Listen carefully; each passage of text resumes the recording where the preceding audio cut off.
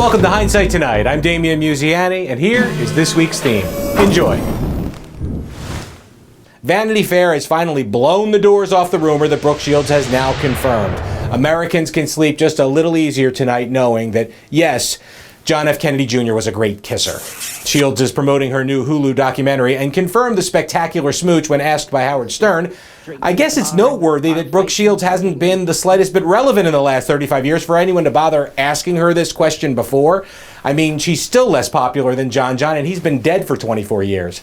According to Shields, she went on a date with Kennedy, then went back to his hotel, but didn't go into his room with him because she knew what that would mean.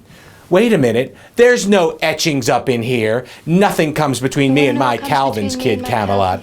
Geez, Brooke, I know it was like 1987, but even then everyone knew this guy's dad and grandpop were both awarded all-time misogynistic horn dog medals of honor. It's like a movie, Sleeping with the Kennedy.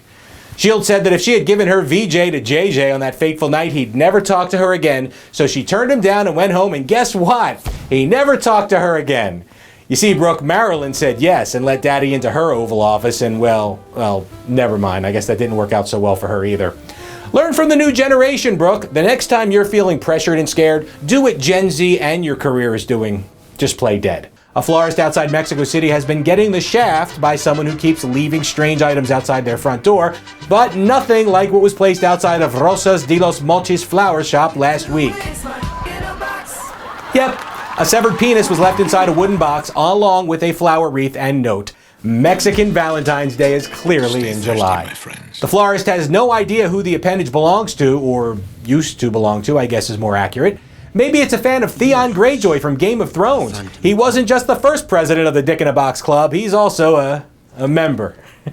I actually think it's way more offensive than the penile perp actually went out and bought a flower wreath from a competitor and left it outside the flower shop. Now that's just cruel. In this world economy, the shop owner at first thought someone was just throwing away some junk, and they were right. The bomb squad was called in to investigate a suspicious package, and they were right. Oh, what a pisser. Why not embrace the legacy of Anna Jarvis and join your mother on a rejuvenating bicycle ride? There's a special event coming up in Philly, but there's this one little detail. You ride naked. Yes, it's the Philly Naked Bike Ride, where you can wear as much or as little clothing as those gummy bear edibles tell you to. Mom will have a ball. Or two. Here's a few girls admiring this man's Schwinn. And later, if you get hungry, you can stop for a cheesesteak, so pack some cash up in your fanny pack. There's just something about chafing skin, crotch rot, and embarrassing public photos that haunt you for the rest of your life and career that just screams, thanks, Mom. And that's your news. Happy Mother's Day. Don't forget to like us and subscribe, and I'll see you next Sunday with Fresh Hindsight.